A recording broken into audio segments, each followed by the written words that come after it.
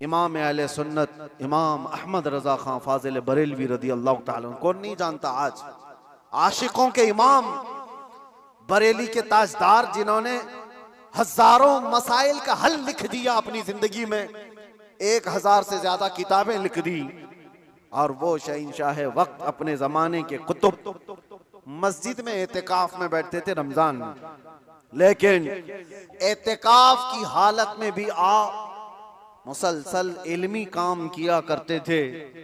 एक बात थी, आला हजरत जैसे फकीह, उनके जैसा बड़ा आलिम जिसके सामने दूसरे कई उलमा अपने घुटने टेक देते हो, एतिकाफ की हालत में तवज्जो, जैसी ही इफ्तारी हो जाती तो आपके खादिमों में से घर से जो खाना लाया जाया करता था, एक बच्चा था 12 साल का, वो तो शदान लेकर के आता था, इफ्तारी और सहरी पहुंचाता था मस्जिद में।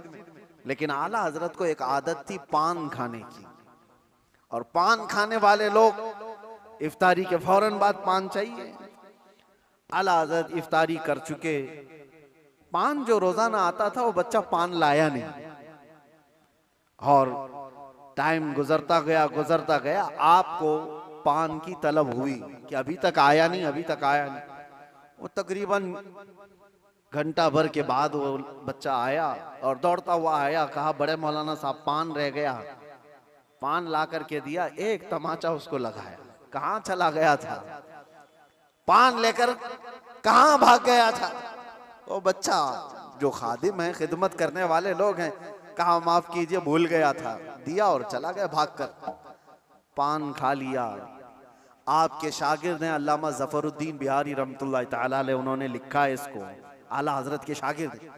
वो कहते हैं पान खाने के बाद आला हजरत इतने बेकरार हो गए, तरावी हो गई, टहलते रह गए इधर से उधर बेचैनी से। मैंने जाकर पूछा इमाम वक्त से, आला हजरत से, मौलाना जफरुद्दीन साहब फरमाते, कहा क्या वजह है। आला हजरत ने कहा मौलाना जाओ वो बच्चा कहाँ है उसको ढूंढ के लाओ। कहा क्यों, क्या हुआ। कहा उसको बुला लाइए, मैं उसको मार दिया था। तो मौलाना जफरुद्दीन रहमतुल्लाह अलैह फरमाते, मैं ढूंढने के लिए निकला, वो कहाँ मिलता, रात हो गई थी, कहीं दुबुक के सो गया हो। लेकिन आला हजरत ने रात भर ढूंढने लगवाया, जो भी शागिर्द आए उससे कहो बच्चे को ढूंढ लाओ जो खाना लाता है हमारा। वो कहीं मिला ही नहीं। रात भर आप सोए ही नहीं, मस्जिद में टहलते रहे बेकरारी के साथ। सहरी का वक्त हुआ तो तोशादार लेकर बच्चा आ गया, उसकी ड्यूटी थी। वो जैसे ही आया, आला हजरत लपक कर दरवाजे पर जाते और जाकर तोशा उसके हाथ से लिया, रख दिया और घुटने टेक कर जमीन पर बैठ गए।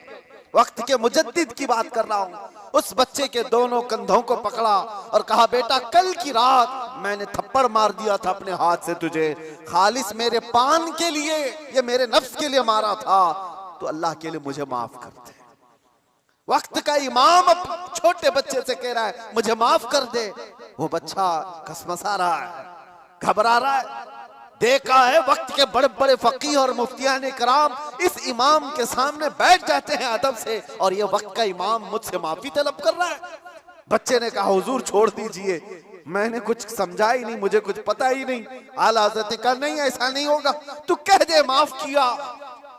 मौलाना जफरुद्दीन फरमाते हैं मैं देखता खड़ा था, आला हजरत कह रहे हैं कल क़यामत के दिन अगर रसूलुल्लाह सल्लल्लाहु अलैहि वसल्लम ने मुझसे पूछा ऐ अहमद रज़ा क्या तेरे अंदर अल्लाह ने ताकत इसलिए दी थी कि तू अपने पान के लिए छोटे बच्चे पर हाथ मारे, मैं क्या जवाब दूंगा उस दिन क़यामत के दिन।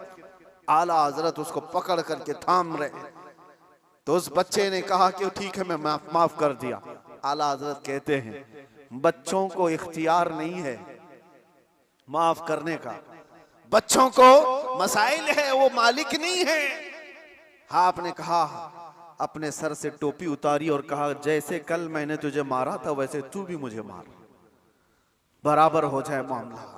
उसका हाथ कांपने लग गया। वक्त का मुजद्दिद कह रहा है आला हजरत अपनी टोपी उतार कर रख दिए। बच्चा जब नहीं मारने लगा, आपने खुद उसका हाथ पकड़ा और हाथ पकड़ करके अपने सर पर मारने लग गए। 3-4 बार उसकी जब थप्पड़ पड़ी तो आला हजरत मुस्कुराते हुए खड़े हुए कहा बात बराबर की हो गई, तूने मुझे माफ भी किया और बदला भी ले लिया। मौलाना जफरुद्दीन रहमतुल्लाह अलैह फरमाते हमारे आंसू निकल गए। वक्त का मुजद्दिद है, ताकत का गलत इस्तेमाल नहीं।